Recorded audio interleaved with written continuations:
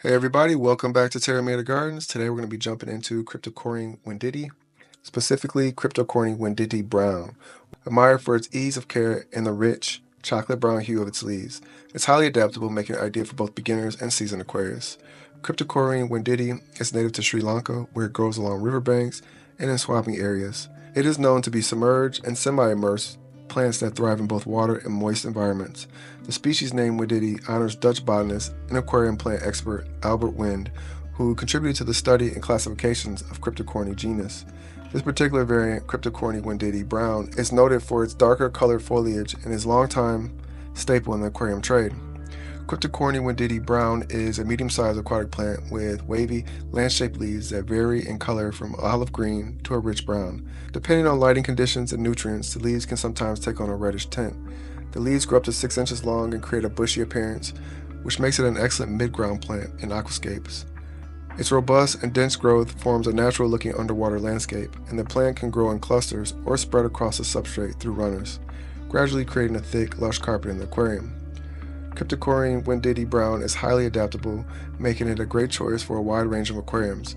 It thrives in low to moderate light and doesn't require intense lighting to grow well, although higher light conditions may enhance its color and encourage faster growth. The species prefers nutrient-rich substrates, but can survive in a variety of setups, including gravel or sand, as long as root tabs are provided for nourishment.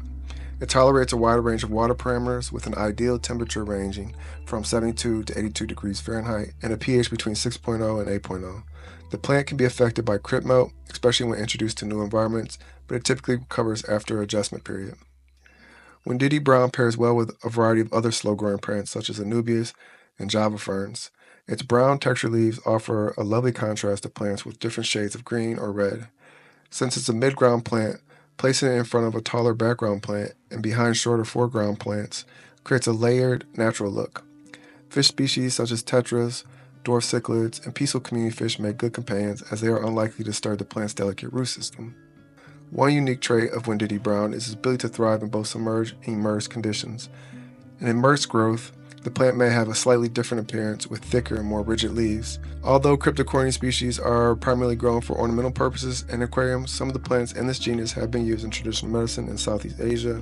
In local herbal traditions, different CRYPTOCORYNE species have been known for their anti-inflammatory properties and were occasionally used to treat wounds or inflammation. However, there is little to no documentation specifically attributing medicinal uses to Wenditti Brown. That's it for today. Don't forget to like, comment, and subscribe for more plant profiles.